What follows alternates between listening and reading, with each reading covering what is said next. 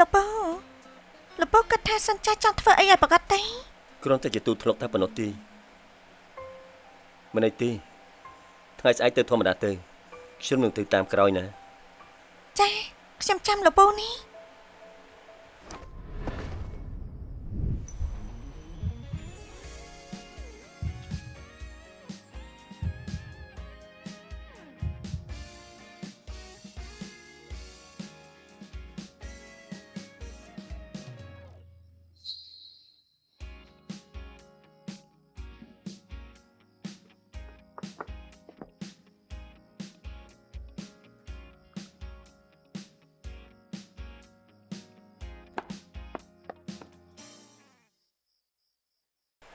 លោកតាថ្ងៃស្អែកពិធីជួបពីរបស់ខ្ញុំគឺត្រូវរៀបចំឲ្យធំមួយរយៈនេះឯងមិនទាន់ខ្មាស់គេគ្រប់គ្រាន់ទេឯងមិនជាបដៅខ្លួនឯងតិចទេលោកប៉ាអញ្ចឹងស្ដាប់តាមប៉ាចុះយើងធ្វើនៅក្នុងផ្ទះពិធីជួបពីគឺជាលក្ខណៈគ្រួសារសាមញ្ញទៅចុះ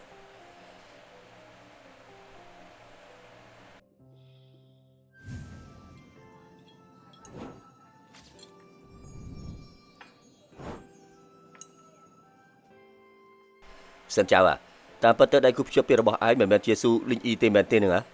គូដែលនឹងរបស់ខ្ញុំគឺឆេងលីងស៊ូលីងអ៊ីខ្ញុំមិនមើលទេបើឯងបែកគ្នាជាមួយស៊ូលីងអ៊ីហើយអញ្ចឹងតិចទៀតខ្ញុំនៅទៅស្រឡាញ់នាងហើយណាតាមចិត្ត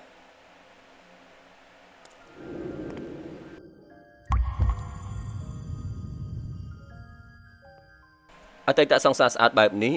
ញ៉ៃបន្តិចមានស្អីទៅសម្លាញ់ឯងពិតជានៅក្នុងកំណរលៀបមែន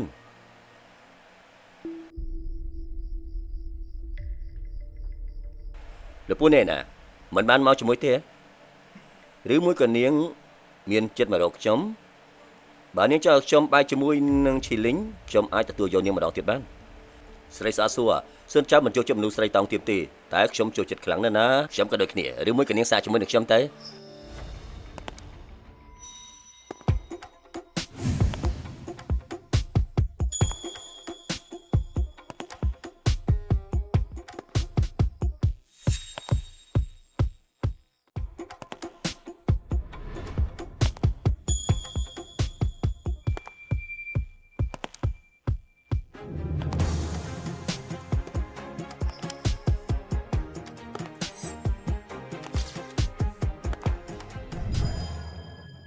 ខ្ញុំមកដល់ហើយណែបន្តិចនេះម្នាក់នេះជាមិត្តប្រើរបស់ខ្ញុំព្រមទាំងជាអ្នកការពារខ្ញុំផងដែរតែប្រកាសនាយកជាងសោះអគ្គនាយកជាងសួស្ដីពួកឯងមានការជាមួយមិត្តស្រីខ្ញុំមែនទេគ្មានទេសិតតែជាការយល់ច្រឡំទេ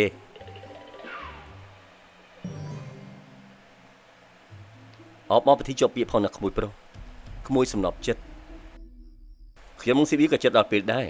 ថ្ងៃខាងមុខពួកយើងជាគ្រួសារតែមួយហើយដែលណាជាគ្រួសារទៅអានេះជាមួយពូឯងបែបហ្នឹងមែនទេសុំទោសលោកតាខ្ញុំគ្រាន់តែលេងសើចជាមួយលោកពូតែប៉ុណ្ណោះទេខ្ញុំទៅក្បែរឈីលីងសិនណាមិននឹងចាស់ទុំសូម្បីតែបន្តិចសោះហើយតោះបើណើចាប់ទៅរកកន្លែងអង្គុយទៅ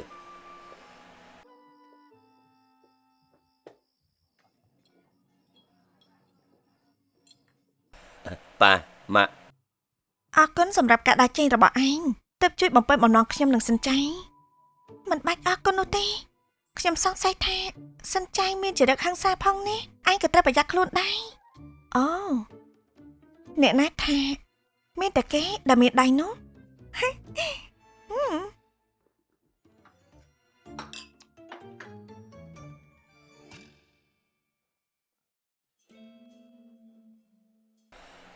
អរគុណពិសេសចំពោះលោកប៉ាអ្នកម៉ាក់ហើយនឹងលោកពូផងដែរកញ្ញាស៊ូមកចូលរួមកម្មវិធីភ្ជាប់ពាក្យរបស់ពួកយើងពិតជាអរគុណពិតមែនហើយណាសូមអញ្ជើញកញ្ញាស៊ូនាងជាមិត្តស្រីរបស់ខ្ញុំឯងហៅខ្ញុំថាលោកពូចាយគួរហៅគេថាម៉េចទៅសៀចើពួកយើងជាគ្រួសារតែមួយឯងគង់តែត្រូវបដូរការហៅឆាប់នេះទេហៅថាបងថ្លៃស្រីស៊ីអ៊ីទូចទៅ